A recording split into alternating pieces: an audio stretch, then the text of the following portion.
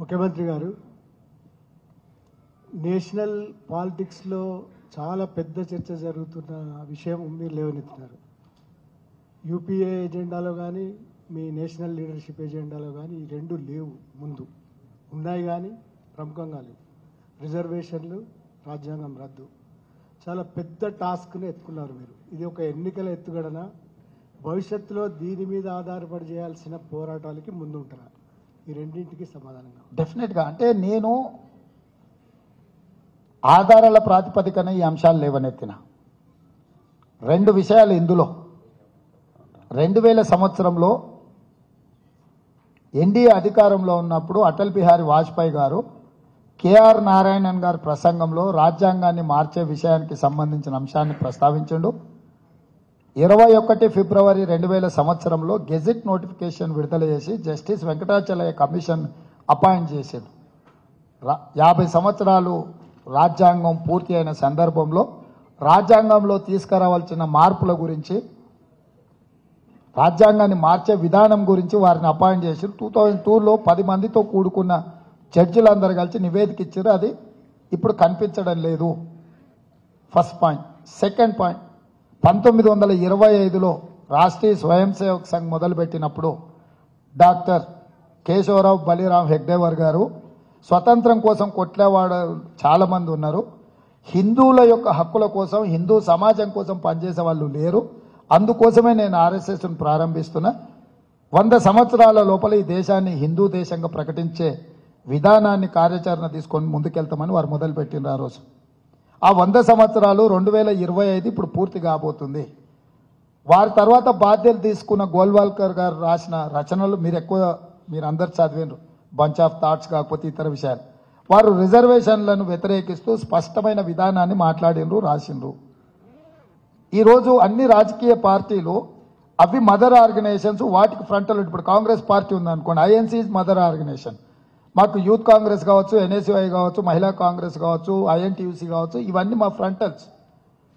మిగతా రాజకీయ పార్టీలు కూడా రాజకీయ పార్టీలే మెయిన్ ఆర్గనైజేషన్స్, మిగతా ఇవన్నీ ఫ్రంటల్స్.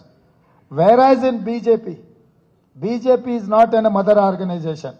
BJP is an frontal organisation of RSS. RSS యొక్క రాజకీయ కార్యాచరణను అమలు చేయడానికి వాళ్ళు బీజేపీని ఏర్పాటు చేసుకున్నారు. హిందూ సమాజం కోసం విశ్వ హిందూ పరిషత్తును పెట్టుకున్నారు. విద్యార్థి సమాజం కోసం అఖిల భారతీయ విద్యార్థి పరిషత్తును పెట్టుకున్నారు. రైతుల కోసం బీకేఎస్ పెట్టుకున్నారు. కార్మికుల కోసం బిఎంఎస్ పెట్టుకున్నారు. అగ్రెసివ్ మిలిటెంట్ యాక్టివిటీ కోసం బజరంగ్ దళ్ను పెట్టుకున్నారు. ఆదివాసీల కోసం వనవాసి కళ్యాణ్ పరిషత్ అని పెట్టుకున్నారు. అంటే ఆర్ఎస్ఎస్ యొక్క ఎజెండాను అమలు చేయడానికి ఆర్ఎస్ఎస్ ఎన్నో ఫ్రంటల్ ఆర్గనైజేషన్స్ పెట్టుకున్నది. అందులో political frontal organisation is BJP. 3 తలాక్, 370 article, citizen amendment act, uniform civil code, వీటన్నిటిని కూడా ఆర్ఎస్ఎస్ ఎజెండాలో ఉన్న వాటిని పూర్తి చేసిండ్రు. ఇప్పుడు మిగిలిన రెండు. ఒకటి రాజ్యాంగాన్ని మార్చడము, 2 రిజర్వేషన్లు రద్దు చేయడం. ఈ రెండింటిని అమలు చేయడానికి 2/3 మెజార్టీ కోసం ఇస్ బార్ 400 పార్ అనే స్లోగన్ తీసుకొని 400 సీట్లు వస్తే 2/3 మెజార్టీతోని సభలో పాస్ చేసి మోర్ దాన్ 50% రాష్ట్రాలలో ప్రభుత్వాలు ఆమోదిస్తే ఆ బిల్ పాస్ అవుతుంది. అందుకే 8 రాష్ట్రాలను ప్రతిపక్షాల కూటంలో ఉన్న ప్రభుత్వాలను పడగొట్టి వాళ్ళు సొంత ప్రభుత్వాలు ఏర్పాటు చేసుకున్నారు. ఈ 2025 అనేది మనకు అత్యంత కీలకమైన సంవత్సరము. ఆర్ఎస్ఎస్ 100 సంవత్సరాలు పూర్తి చేసుకోకపోతుంది. ఆర్ఎస్ఎస్ భావజాలాన్ని పూర్తి స్థాయిలో ఈ దేశంలో అమలు చేయడానికి అగ్రెసివ్గా బీజేపీ ముందుకు రాబోతుంది. ఇది ఐడియాలజికల్ వార్. ఈ ఐడియాలజికల్ వార్లో వాళ్ళు దేన్నైనా స్టేక్ చేస్తారు, వాళ్ళ విధానము. అదేవిధంగా 1881 నుంచి బ్రిటిషర్స్ మొదలుపెట్టారు జనాభా లెక్కలు కట్టడము. ప్రతి 10 సంవత్సరాలకి జనాభాను లెక్కించి ఆ దేశంలో ఎంత జనాభా ఉన్నారో చెప్పే విధానాన్ని బ్రిటిషర్స్ తీసుకొచ్చారు. స్వతంత్రం వచ్చే వరకు కూడా ప్రతి 10 సంవత్సరాలకు ఒకసారి జనాభాను లెక్కగట్టి సమాజానికి చెప్పిండ్రు. స్వతంత్రం వచ్చిన తర్వాత కూడా, రాజ్యాంగం వచ్చిన తర్వాత కూడా మనం అదే విధానాన్ని లెక్కించినము. కాంగ్రెస్ అధికారంలో ఉన్నప్పుడు 2011లో కూడా మనం జనాభాను లెక్కించినాము. నరేంద్ర మోడీ గారు ప్రధానమంత్రి అయిన తర్వాత 2021లో జనాభా లెక్కలు జరగలేదు. జనాభా లెక్కలతో పాటు కులగణన జరగాల్సిందని కాంగ్రెస్ పార్టీ డిమాండ్ చేసింది. ఈరోజు ఎందుకు భారతీయ జనతా పార్టీ జనాభా లెక్కలు లెక్కించలేదు? జనాభా లెక్కించకపోవడానికి కారణం ఏంది? ఎందుకు బీసీ రిజర్వేషన్లను బీసీ జనాభా లెక్కించడాన్ని కంప్లీట్గా నరేంద్ర మోడీ గారు వ్యతిరేకించారు.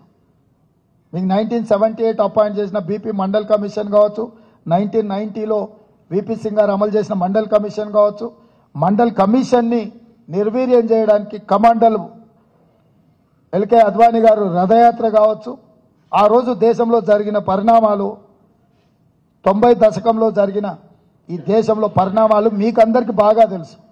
సో వీటన్నిటి నేపథ్యంలో వాళ్ళు ఏ విధానాన్ని అయితే తీసుకొని రావాలనుకొని రహస్యంగా ఒక కార్యాచరణతో ముందుకు వస్తుండ్రో ఆ అంశాన్ని, ఆ తేనెతుట్టని నేను కదిలిచ్చిన.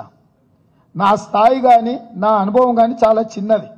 నేను ఎక్కడో ఇక్కడ తెలంగాణలో ఒక ఊర్లో ఉండి మాట్లాడిన విషయానికి మోహన్ భగవత్ గారు హైదరాబాద్ పర్యటనకు వచ్చి వివరణించే ప్రయత్నం చేసిండు. నరేంద్ర మోడీ గారు ఎదుర్కొనే ప్రయత్నం చేసిండ్రు. అమిత్ షా గారు నా మీద క్రిమినల్ కేసు రిజిస్టర్ చేసిండు. I'm sorry to say ministry of home affairs has filed a complaint against Chief Minister of Telangana. నేను చేసింది political charge against one political party and one political leader. కానీ ఎంహెచ్ఏ రోల్ ఏముంది ఇందులో? MHA filed ఏ complaint. ఈరోజు నా మీద FIR చేసి నన్ను ఢిల్లీకి రమ్మని నన్ను సమ్మన్ చేసింది ఎంహెచ్ఏ కంప్లైంట్ మీద.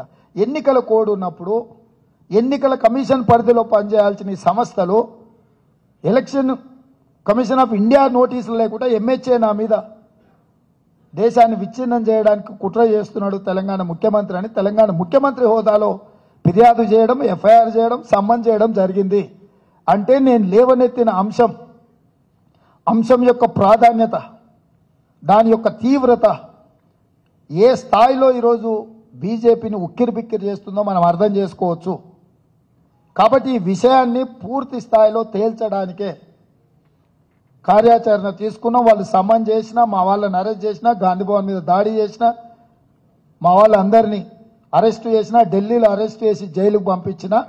ఈరోజు దాదాపుగా 200 మంది ఢిల్లీ పోలీసులు తెలంగాణ రాష్ట్రంలో ఉన్నారు. వివిధ పార్లమెంటు నియోజకవర్గాలలో వెళ్ళి కాంగ్రెస్కు పనిచేసే వాళ్ళందరినీ కూడా సమ్మన్ చేస్తుండ్రు. మీ మీద ఆరోపణలు ఉన్నాయి, మీ మీద ఆరోపణలు ఉన్నాయి, మీ మీద ఆరోపణలు ఉన్నాయి. ఒక సోషల్ మీడియాలో పోస్టింగ్ కోసం ఎంహెచ్ఏ రంగంలో దిగింది. అంటే వ్యవస్థల్ని ఎంత దుర్మార్గంగా, ఎంత బాధ్యతారహితంగా ఉపయోగిస్తారో దీని తీవ్రతను మీరు అర్థం చేసుకోండి. అందుకే నేను విజ్ఞప్తి, ఈ ఎన్నికలు నేను ఓపెనింగ్ రిమార్క్స్లోనే నేను చెప్పిన, ఈ ఎన్నికలు సాదాసీదా ఒకరు అధికారం చేపట్టి సంక్షేమం అభివృద్ధి చేసే ఎన్నికలు కాదు. సమూలమైన మార్పు తీసుకొని వాళ్ళ ఆలోచన విధానానికి ఈ దేశంలో ఉండే రాజ్యాంగాన్ని మార్చాలనుకుంటున్న శక్తులకు వ్యతిరేకంగా మనం కొట్లాడుతున్నాము. సో ఇది నా సామాజిక బాధ్యత అనుకుంటున్నాను. నేను ఏదో రాజకీయ పార్టీ నాయకుడిగా వ్యవహరించడం లేదు. నాకున్న పరిమితమైన అవగాహనతోటి రాబోయే ప్రమాదాన్ని ఊహించి ఆ కార్యాచరణలో భాగంగానే ప్రయత్నం చేస్తున్నా. ఎస్, డెఫినెట్గా కాన్సిక్వెన్సెస్ నాకు తెలుసు. మీరు ఏ ఎన్నికలైనా మోడీ గారు, అమిత్ షా గారు ఇన్నిసార్లు ఎవ్రీ ఆల్టర్నేట్ డే మోడీ గారు, అమిత్ షా తెలంగాణకు వస్తున్నారు. స్ట్రైట్గా టార్గెట్ చేసి మాట్లాడుతున్నారు. ఏఐసిసి ప్రెసిడెంట్ను కానీ ఏఐసిసి లీడర్స్ని కూడా టార్గెట్ చేయట్లేదు. యాజ్ ఎ ఇండివిజువల్ నా మీదనే ఫోకస్డ్గా మాట్లాడుతున్నారు అని అంటే నేను లేవనెత్తిన అంశం అనేది వాళ్లకు ఇబ్బందికరంగా మారింది. ఇది మన అందరి బాధ్యత దీన్ని ఎదుర్కోవాలనుకుంటే.